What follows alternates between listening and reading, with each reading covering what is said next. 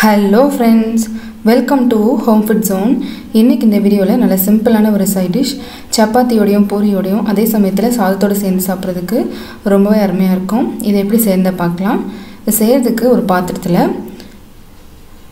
ஒரு 2 medium size வெங்காயம் நீளமா கட் பண்ணது, 1/4 கிலோ அளவுக்கு கோவக்காய் இந்த மாதிரி நீளமா கட் பண்ணி எடுத்துக்கோங்க. இதையும் உள்ள சேர்த்துக்கலாம். இது கூட 2 இன்ச் அளவுக்கு இஞ்சி, 3 பச்சை மிளகாய், கொஞ்சமாக கருவேப்பிலை சேர்த்துக்கோங்க. 2 மீடியம் சைஸ் தக்காளி சேர்த்துக்கோங்க. ஒரு 1/4 டீஸ்பூன் மஞ்சள் தூள், 2 டீஸ்பூன் மிளகாத்தூள் சேர்த்துக்கோங்க.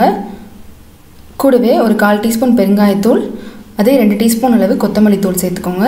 இதில் ஒரு 2 டீஸ்பூன் அளவு நல்லெண்ணெய் விட்டு தேவையான அளவு உப்பு சேர்த்து இது எல்லாத்தையுமே சேர்த்து நல்லா பிசைஞ்சு எடுத்துக்கோங்க. மசாலா நல்லா எல்லா பக்கமும் படுற மாதிரி இந்த மாதிரி பிசைஞ்சுக்கோங்க.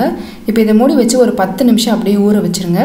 10 நிமிஷம் நல்லா ஊறினதும் இந்த காயெல்லாம் மூழ்கிற அளவுக்கு மட்டும் தண்ணி ஊற்றி ஸ்டவ் ஆன் பண்ணி இது நல்லா நம்ம வேக வைக்கணும். இது மூடி வச்சு ஒரு 5லேருந்து 6 நிமிஷம் வரைக்கும் ஹை ஃப்ளேமில் கொதிக்க விட்டிங்கன்னா காயெல்லாம் நல்லா வெந்து வந்திருக்கு.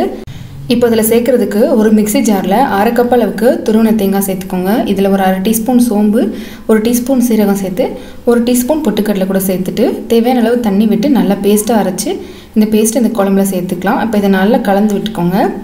தேவைப்பட்டால் கொஞ்சமாக தண்ணி சேர்த்துக்கலாம். உப்பு சரியாக்கான்னு பார்த்துட்டு இந்த ஸ்டேஜில் சேர்த்துக்கலாம். இது நல்லா கொதிச்சு வரட்டும். மீடியம் ஃப்ளேமில் வச்சு ஒரு 3லேருந்து 4 நிமிஷம் வரைக்கும் நல்லா கொதிக்க வச்சு எடுத்துக்கோங்க. கொஞ்சம் நல்லா இதில் இருக்கிற எண்ணெயெல்லாம் பிரிஞ்சு வரணும், அது வரைக்கும் நம்ம நல்லா கொதிக்க விடணும். இப்போ இது கூட சேர்க்குறதுக்கு இன்னொரு பேன் சூடு பண்ணிக்கோங்க. இதில் ஒரு 2 டீஸ்பூன் அளவுக்கு எண்ணெய் சேர்த்துக்கோங்க. இதில் ஒரு 1/4 டீஸ்பூன் கடுகு உளுந்தம் பருப்பு, கடுகு நல்லா பொரிஞ்சதும் ஒரு 3-4 சின்ன வெங்காயத்தை பொடிசாக கட் பண்ணி சேர்த்துக்கோங்க. வெங்காயம் லேசாக செவந்து வரணும். இந்த சமயத்தில் ஒரு காஞ்ச மிளகாய், கொஞ்சமாக கருவேப்பிலை சேர்த்துக்கோங்க. இது எல்லாமே நல்லா பொரிஞ்சதும் இதை அப்படியே எடுத்து நம்ம குழம்புல சேர்த்து நல்லா கலந்து விட்டுக்கலாம். இது கூட ஒரு 1/4 டீஸ்பூன் அளவு கரம் மசாலா சேர்த்து கலந்துக்கோங்க. இந்த மசாலா சேர்த்தோடனே ஒரு 1 நிமிஷத்துலேருந்து 2 நிமிஷம் வரைக்கும் கொதிக்க விட்டுட்டு நம்ம இதை இறக்கிடலாம். நல்ல காரசாரமான ஒரு கிரேவி ரெசிபி சப்பாத்தியோட பூரியோட சாப்பிட்றதுக்கு ரொம்பவே அருமையாக இருக்கும். அதே மாதிரி சுடான சாதத்துக்கும் நல்ல காம்பினேஷனாக இருக்கும். கண்டிப்பாக இதே மாதிரி நீங்களும் செஞ்சு பாருங்கள். இந்த ரெசிபி உங்களுக்கு பிடிச்சிருந்ததுன்னா லைக் பண்ணுங்கள், ஷேர் பண்ணுங்கள், கமெண்ட் பண்ணுங்கள்.